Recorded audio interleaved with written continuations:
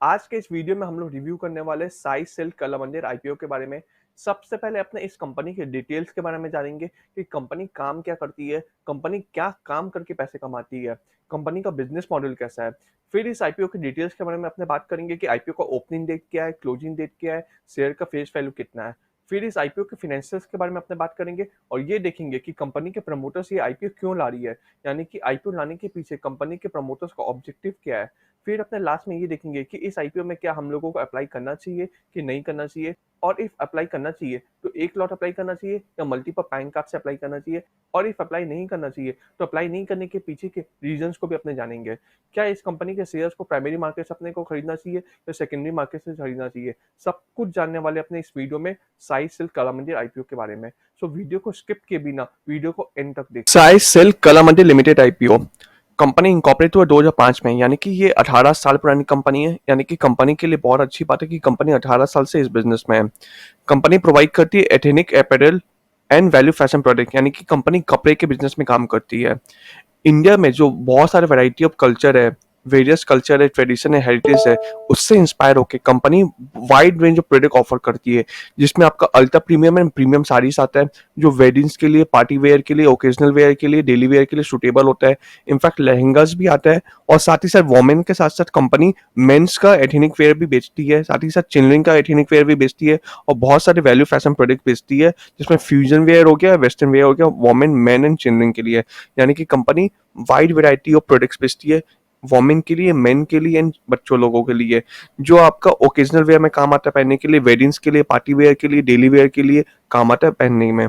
Company का 4 format में store है, यानी कि कंपनी के जितने भी स्टोर है वो 4 अलग अलग फॉर्मेट में होते हैं। पहला फॉर्मेट है कला मंदिर। यहाँ पे कंपनी एथनिक वेयर बेचती है मिडिल इनकम क्लास के लिए, यानी कि मिडिल क्लास वाले लोगों के लिए एथनिक वेयर कपड़े बेचती है, जिसमें बहुत वाइड वैरायटी ऑफ साड़ीज होता है, जो साड़ी फसर, सिल्क, कोटा, कोरा, खारी, जॉर्जेट, कॉटन, मटका से बना हुआ होता है। फिर दूसरा फॉर्मेट है वारा महालक्ष्मी सिल्क। इसमें कंपनी बहुत सारे एथनिक सिल्क साड़ी बेचती है, हैंडलूम साड़ी बेचती है, जो wedding wear and occasional wear के लिए टारगेट करती है।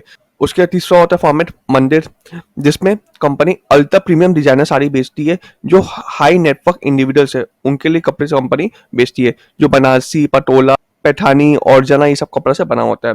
फिर फोर्थ है केएलएम फैशन मॉल। इसमें कंपनी बहुत सारे वैल्यू फैशन प्रोडक्ट्स बेचती है एट अफोर्डेबल प्राइस पॉइंट, जैसे फ्यूजन वेयर हो गया, या डेली वेयर के लिए साड़ी हो गया, या वेस्टर्न वेयर के लिए साड़ी हो गया, या मेन एंड चिल्ड्रन के लिए कपड़े हो गए। यानी कि कंपनी ने अपना जो फॉर्मेट है बिजनेस को 4 भाग में डिवाइड करके रखा है। पहला कंपनी बेचता है मिडिल क्लास वाले लोगों के लिए कला मंदिर, जो स्टोर फॉर्मेट है वो मिडिल क्लास इनकम वाले लोगों के लिए है। दूसरा हो गया वरा महालक्ष्मी सिल्क, कंपनी का स्टोर फॉर्मेट। इसमें कंपनी क्या है, एथनिक साड़ी, सिल्क साड़ीज बेचती है, जिसमें वेडिंग ओकेजनल वेयर के लिए हो गया, यानी कि पार्टी वेयर के लिए या वेडिंग के लिए या ओकेजनल वेयर के लिए आपको कपड़े खरीदने, तो वरा महालक्ष्मी सिल्क फॉर्मेट वाले स्टोर बेचेंगे। एक थर्ड फॉर्मेट हो गया मंदिर, जिसमें आपका डिजाइनर साड़ीज कंपनी बेचती है, जो high network individuals, upper class है, उन लोगों के लिए है। फोर्थ है केएलएम फैशन मॉल। इसमें कंपनी जो डेली वेयर के लिए आपका कपड़े होते हैं ना, अफोर्डेबल प्राइस पॉइंट के लिए, वो KLM fashion mall store format में कंपनी बेचती है। यानी कि इससे हम लोगों को समझ आ रहा है कि कंपनी का बिजनेस मॉडल कितना ज्यादा तगड़ा है। कंपनी सारे क्लास ऑफ ग्रुप को केटर कर रही है। इससे हम लोगों को ये समझ आ रहा है कि कंपनी बहुत ज्यादा एक्सपीरियंस है एंड काफी ज्यादा पुराने हैं अपने बिजनेस में, जो कि सही में कंपनी 18 साल से इस बिजनेस में है। कंपनी जितने भी टाइप के लोग हैं सबको केटर कर रही है, चाहे मिडिल क्लास बोलो, अपर क्लास बोलो, सब कंपनी केटर कर रही है। कंपनी अपना प्रोडक्ट बेचती है ई कॉमर्स चैनल्स के थ्रू भी, जैसे इनका वेबसाइट है sskl.co.in, उसके थ्रू भी कंपनी अपना प्रोडक्ट बेचती है। साथ में online e commerce market place में भी कंपनी अपना प्रोडक्ट बेचती है। कंपनी का अगर हम लोग रेवेन्यू देखें 2023, 22 और 21 का, सो 2023 में कंपनी का रेवेन्यू है 13,514.69 मिलियन, 2022 में कंपनी का रेवेन्यू 11,293.23 मिलियन, और 2021 में कंपनी का रेवेन्यू 6,772.48 मिलियन। यानी कि कंपनी का हर साल रेवेन्यू आप देखोगे तो बढ़ता हुआ जा रहा है, और ये काफी अच्छी बात है। जो कंपनी का बिजनेस मॉडल के लिए मैं 8 आउट ऑफ 10 देना चाहूंगा। वहीं पे अगर हम लोग कंपनी के आईपीओ के डिटेल्स के बारे में बात कर ले, सो आईपीओ खुल रहा है 20 सितंबर को, आईपीओ क्लोज हो रहा है 22 सितंबर को। फेस वैल्यू रहेगा ₹2 पर शेयर, यानी कि एक शेयर का फेस वैल्यू ₹2। प्राइस बैंड है 210 से 222 पर शेयर। सो इस आईपीओ में हम लोग अप्लाई करने वाले 222 पर शेयर में, यानी कि जो अपर प्राइस बैंड है जैसे कि मैंने हर एक आईपीओ के वीडियो में बोला है कि हम लोगों को आईपीओ हमेशा अप्लाई करना चाहिए अपर प्राइस बैंड में। सो इस वीडियो में 222 पर शेयर है, इस कंपनी का 222 पर शेयर अपर प्राइस बैंड है, इसी में हम लोग आईपीओ अप्लाई करेंगे। लॉट साइज है मिनिमम 67, यानी कि मिनिमम 67 शेयर आप लोगों को अप्लाई करना पड़ेगा। 1201 करोड़ का इशू साइज है, जिसमें से फ्रेश इशू है 600 करोड़ का अप्रॉक्स 50%, एंड 50% आपका ओएफएस है अप्रॉक्स 601 करोड़ का। कंपनी लिस्ट होने वाला बीएससी एनएससी दोनों में। अगर कंपनी का हम लोग आईपीओ के टाइमलाइन के बारे में बात करें, सो आईपीओ ओपन हो रहा है 20 सितंबर को, आईपीओ क्लोज हो रहा है 22 सितंबर को।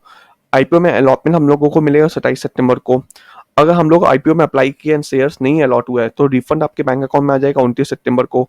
एंड अगर आप लोगों को शेयर अलॉट हो गया है तो आपके डीमैट अकाउंट में शेयर आ जाएगा 3 अक्टूबर को, और लिस्ट होगा आईपीओ 4 अक्टूबर को। अब अगर हम लोग साई सिल्क के आईपीओ के प्रमोटर होल्डिंग के बारे में बात कर ले, तो देख लेते हैं कि कंपनी के प्रमोटर जो है वो नागा कानाका दुर्गा प्रसाद चालावादी है और झांसी रानी चालावादी है, यानी कि ये दो कंपनी के प्रमोटर है। आईपीओ लाने से पहले कंपनी के प्रमोटर का होल्डिंग है 95.23%, एंड आईपीओ लिस्ट हो जाने के बाद प्रमोटर का होल्डिंग बचेगा 60.80%। अगर आईपीओ के लॉट साइज के बारे में अगर हम लोग बात करें, सो आईपीओ का एक लॉट है 67 शेयर्स का, जिसमें लगेगा 14,874 रुपीज। मैक्सिमम रिटेल लोग 13 लॉट अप्लाई कर सकते हैं, यानी कि 871 शेयर, जिसमें लगेगा 1,93,362 रुपीज। स्मॉल एच यानी कि जो 2 लाख के ऊपर अप्लाई करना चाहते हैं, वो लोग मिनिमम अप्लाई करेंगे 14 लॉट, यानी कि 930 शेयर, जिसमें लगेगा 2,08,236 रुपया। और जो बिग एच है वो मिनिमम 68 लॉट अप्लाई करेंगे, यानी कि 4,556 शेयर, जिसमें लगेगा 10,11,432 रुपया। वहीं पे अगर हम लोग साई सेल कला मंदिर के रिजर्वेशन कोटा के बारे में बात करें, सो क्यूआईबीस वाले लोगों के लिए कंपनी ने 50% रिजर्वेशन कोटा रखा है। एचएनआई वाले लोगों के लिए कंपनी ने 15% रिजर्वेशन कोटा रखा है, एंड रिटेल वाले लोगों के लिए कंपनी ने 35% रिजर्वेशन कोटा रखा है। यानी कि इस आईपीओ में भी रिटेल लोगों को आईपीओ मिलने का चांस, अलॉट होने का चांस काफी हद तक है, क्योंकि रिटेल वाले लोगों के लिए 35% रिजर्वेशन कोटा है कंपनी की तरफ से। अब हम लोग बात कर लेते हैं कंपनी के फाइनेंशियल इंफॉर्मेशन के बारे में। यहाँ पे कंपनी का 4 साल का, लास्ट 4 ईयर का फाइनेंशियल इंफॉर्मेशन दिया हुआ है। 31 मार्च 2020, 31 मार्च 2021, 31 मार्च 2022, 31 मार्च 2023। 31 मार्च 2020 का अगर एसेट का बात करें, सो कंपनी के पास 693 करोड़ के आसपास का एसेट है। 31 मार्च 2021 का एसेट के बारे में बात करें तो 665 करोड़ का कंपनी के पास एसेट है। यानी कि यहाँ पे हम लोगों को साफ साफ देखने को मिल रहा है कि कोविड के बाद कंपनी का बिजनेस में बहुत ज्यादा हिट हुआ, इसी वजह से कंपनी ने अपना एसेट को, कुछ एसेट को सोल्ड किया है। 31 मार्च 2022 के बारे में बात करें तो कंपनी का एसेट वापस से बढ़ गया 842 करोड़, यानी कि कोविड के समय से भी हम लोग कंपेयर करेंगे तो कंपनी का एसेट बहुत ज्यादा बढ़ते हुए दिखाई दे रहा है। 31 मार्च 2021 में कंपनी का एसेट 1220 करोड़ के आसपास हो गया। रेवेन्यू का बात करें तो 2020 में कंपनी का रेवेन्यू था 1178 करोड़, 21 में था 679 करोड़, यानी कि रेवेन्यू में भी कंपनी का बहुत ज्यादा हिट हुआ है कोविड के वजह से। 2022 में बात करें तो कंपनी का रेवेन्यू हो गया 1133 करोड़, फिर 2023 में कंपनी का रेवेन्यू हो गया 1359 करोड़ के आसपास अप्रॉक्स। यानी कि कोविड के समय हम लोगों को देखने को मिला कंपनी का एसेट में भी हिट हुआ है, कंपनी ने कुछ अपना एसेट बेचा है, एंड कंपनी का रेवेन्यू भी बहुत बुरी तरीके से हिट हुआ है। लेकिन कोविड के बाद से वापस से कंपनी का बिजनेस ग्रो हो गया, कंपनी का एसेट भी ग्रो होते हुए देखने को मिला, रेवेन्यू भी हम लोगों को ग्रो होते हुए देखने को मिला। पैट के बारे में बात कर ले, प्रॉफिट आफ्टर टैक्स, यानी कि जो कंपनी ने प्रॉफिट कमाया, उस प्रॉफिट को पर टैक्स पेमेंट करने के बाद कंपनी के बचा 31 मार्च 2020 में 42 करोड़ के आसपास। 2021 में सिर्फ 5 करोड़ का कंपनी का प्रॉफिट हुआ, यानी कि कितना भयंकर कंपनी के बिजनेस मॉडल में हिट हुआ है, बिजनेस खराब गया है कोविड की वजह से, बिजनेस अफेक्ट हुआ है कोविड की वजह से। 2022 के बारे में बात करें तो कंपनी का पैट हो गया 58 करोड़ के आसपास, यानी कि कोविड खत्म हो जाने के बाद 2022 में वापस से कंपनी का बिजनेस मॉडल ऊपर हो गया है, कंपनी का प्रॉफिट भी इंक्रीज हो गया है। एंड 2023 के बारे में बात करें तो कंपनी का प्रॉफिट हो गया 97 करोड़ के आसपास, यानी कि कंपनी ने अभी तक 100 करोड़ रुपया भी नहीं कमाया है। रिजर्व एंड सरप्लस के बारे में बात करें तो 208 करोड़, फिर 2021 में 219 करोड़, फिर 2022 में 276 करोड़, फिर 2023 में 373 करोड़। यहाँ पे ये देखने को हम लोगों को मिल रहा है कि कोविड के समय कंपनी का एसेट भी खराब गया है, कंपनी का एसेट भी अफेक्ट हुआ है, एंड रेवेन्यू भी अफेक्ट हुआ है, साथ साथ प्रॉफिट भी अफेक्ट हुआ है, लेकिन कंपनी का रिजर्व बढ़ गया है। बोरेंस के बारे में बात करें तो कंपनी का 2021 में बोरेंस था 165 करोड़। बोरेंस के बारे में अगर बात करें तो कंपनी का बोरेंस था 2020 में 165 करोड़, 2021 में बोरेंस था 217 करोड़, 2022 में कंपनी का बोरेंस था 260 करोड़, और 2023 में कंपनी का बोरेंस है 345 करोड़। यानी कि हम लोगों को देखने को मिल रहा है कि कोविड की वजह से कंपनी का एसेट मॉडल, रेवेन्यू, साथ साथ पैट तीनों में इफेक्ट आया है, लेकिन कंपनी ने रिजर्व अपना बढ़ाया है। कोविड इफेक्ट हो जाने के बाद भी कंपनी ने अपना रिजर्व बढ़ाया है, साथ साथ कंपनी का बोरिंग भी यहाँ पे बढ़ते हुए देखने को मिल रहा है, ये बहुत ज्यादा खराब बात है। और यहाँ पे हम लोग को एक चीज़ और देखने का वाली बात है कि कंपनी ने अभी तक 100 करोड़ रुपए अभी किसी साल में नहीं कमाया है। कंपनी का प्रॉफिट हर साल 100 करोड़ रुपए से कम ही रहा है। तो इस वीडियो के डिस्क्रिप्शन बॉक्स में कमेंट करके जरूर बताइए कि क्या आप लोग उस बिजनेस के आईपीओ में अप्लाई करना चाहेंगे जिसने अभी तक 100 करोड़ रुपए भी नहीं कमाया है। अगर कंपनी के की परफॉर्मेंस इंडिकेटर के बारे में हम लोग बात करें तो कंपनी का मार्केट कैप है 3,405 करोड़ के आसपास अप्रॉक्स। कंपनी का पीई है 27.37। कंपनी का रिटर्न ऑन इक्विटी बहुत ज़्यादा है, अच्छा है 28% के आसपास। Return on capital employed 23.55%। Debt to equity ratio 0.87, ये भी बहुत अच्छी बात है। ईपीएस कंपनी का थोड़ा सा कम है 8.11%। Return on network 24.56%। अब हम लोग बात कर लेते हैं कि कंपनी का ऑब्जेक्टिव क्या आईपीओ लाने के पीछे, यानी कि कंपनी आईपीओ क्यों ला रही है, आईपीओ से कंपनी पैसा उठा के कहाँ पे इस्तेमाल करने वाली है अपने, अब ये देख लेते हैं। कंपनी 25 तो नए स्टोर खोलने वाली है आईपीओ के पैसे से, यानी कि आईपीओ से जो पैसा आएगा कंपनी उसको इस्तेमाल करेगी 25 नए स्टोर खोलने में। ये काफ़ी अच्छा बात है कि कंपनी एक्सपेंड करने वाली है, कंपनी एक्सपेंशन के बारे में सोच रही है। फिर कंपनी 2 तो नए वेयर हाउस को सेटअप करने में भी पैसा इस्तेमाल करेगी। फिर कंपनी वर्किंग कैपिटल रिक्वायरमेंट जो कंपनी का उसको भी फंड करेगी, उसमें इस्तेमाल करने वाली कंपनी आईपीओ से पैसा जो उठाएगी उसको।